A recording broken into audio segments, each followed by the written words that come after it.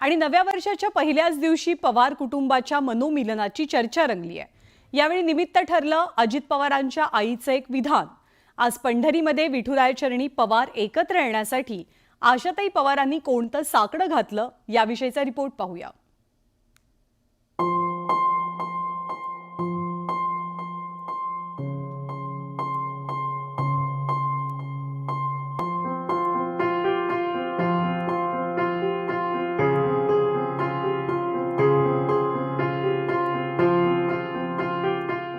सगळे वाद संपू दे देवाला सांगितले पांडुरंगाला दाराच्या मागची सगळी जाऊ दे।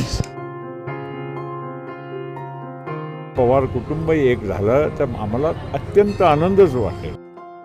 अजित पवारांच्या मातोश्री आशाताई पवारांनी आज पंढरीच्या विठुरायाचं दर्शन घेतलं।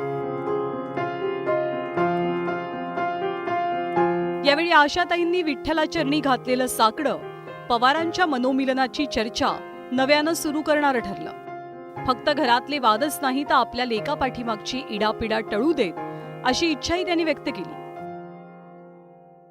सर्वांना चांगलं वर्ष सुखी जाऊ दे। आपले सगळे वाद संपू दे देवाला सांगितले पांडुरंगाला दाराच्या मागची सगळी जाऊ दे। आता या पद्धतीने सगळीकडनं संवाद सुरू व्हायला लागले। लवकरात लवकर या वर्षात व्हावं असं वाटतंय। शरद पवारांना अजित दादा एकत्र यावे। हो पांडुरंगाला ऐकणार। हो ऐकणार। तर अजित पवारांच्या मातोश्रींच्या वक्तव्याला पुष्टी जोडणारी प्रतिक्रिया दिली ती प्रफुल्ल पटेल यांनी।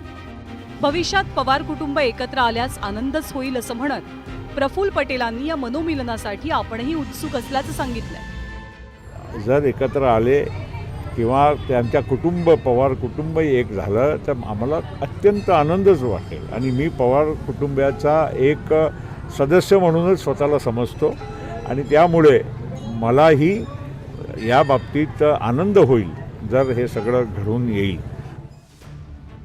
जुलै 2023च्या राष्ट्रवादीतल्या बंडानंतर पक्षात आणि पवार कुटुंबातही फूट पडली। अजित पवारांनी भाजपला साथ देत ते सत्तेत सहभागी झाले। आता दोनही पवारांनी एकत्र येण्यासंदर्भात भाजपनं काहीशी अशी भूमिका घेतली आहे। माननीय शरद पवार साहेब आणि अजित पवार साहेब यांच्याबद्दलचा निर्णय त्या दोघांनीच घ्यायचा आहे। भारतीय जनता पार्टीकडून ना असण्याचं काही कारण नाही आहे। त्या पक्षाने निर्णय करायचा आहे, त्यांच्या नेत्यांनी निर्णय करायचा आहे। त्यामुळे त्यांच्या निर्णयात मी काही बोलणे योग्य नाही। खरं तर या सगळ्या राजकीय घडामोडींपासून अजितदादांच्या मातोश्री कायमच अलिप्त राहिल्या, पण पक्षफूट आणि कुटुंबातल्या दुराव्यानंतरही आई आपल्या सोबतच आहे हे अजितदादांनी वेळोवेळी ठासून सांगितलेलं। आणि आज आशाताई पवारांनी व्यक्त केलेल्या भावनांमुळे कार्यकर्त्यांच्या मनात मनोमिलनाची आस पुन्हा एकदा जागृत झाली आहे। तर निवडणुकीनंतर पवार कुटुंब एकत्र आलेलं दिसेल याची खात्री काही दिवसांपूर्वी अजितदादांचे बंधू श्रीनिवास पवार यांनी सुद्धा व्यक्त केलेली। महिना 2 महिने हे होणार जे काही इलेक्शन आहे, इलेक्शन झाल्यावर तुम्हालाच दिसेल की सगळेजण एकत्र आलेले आहेत। हे वेगळे राहील असं शक्य नाही। गेल्या वर्षीच्या लोकसभा आणि विधानसभेतल्या पवार विरुद्ध पवार लढतीमुळे या फुटीचे ढग अधिकच गडद झाले, पण शरद पवारांच्या वाढदिवसाला अजित पवारांनी त्यांची घेतलेली भेट आणि आता आशाताईंचं साकडं, त्यामुळे 2025 सालात पवार कुटुंबात ऑल इज वेल होणार का याची उत्सुकता असेल।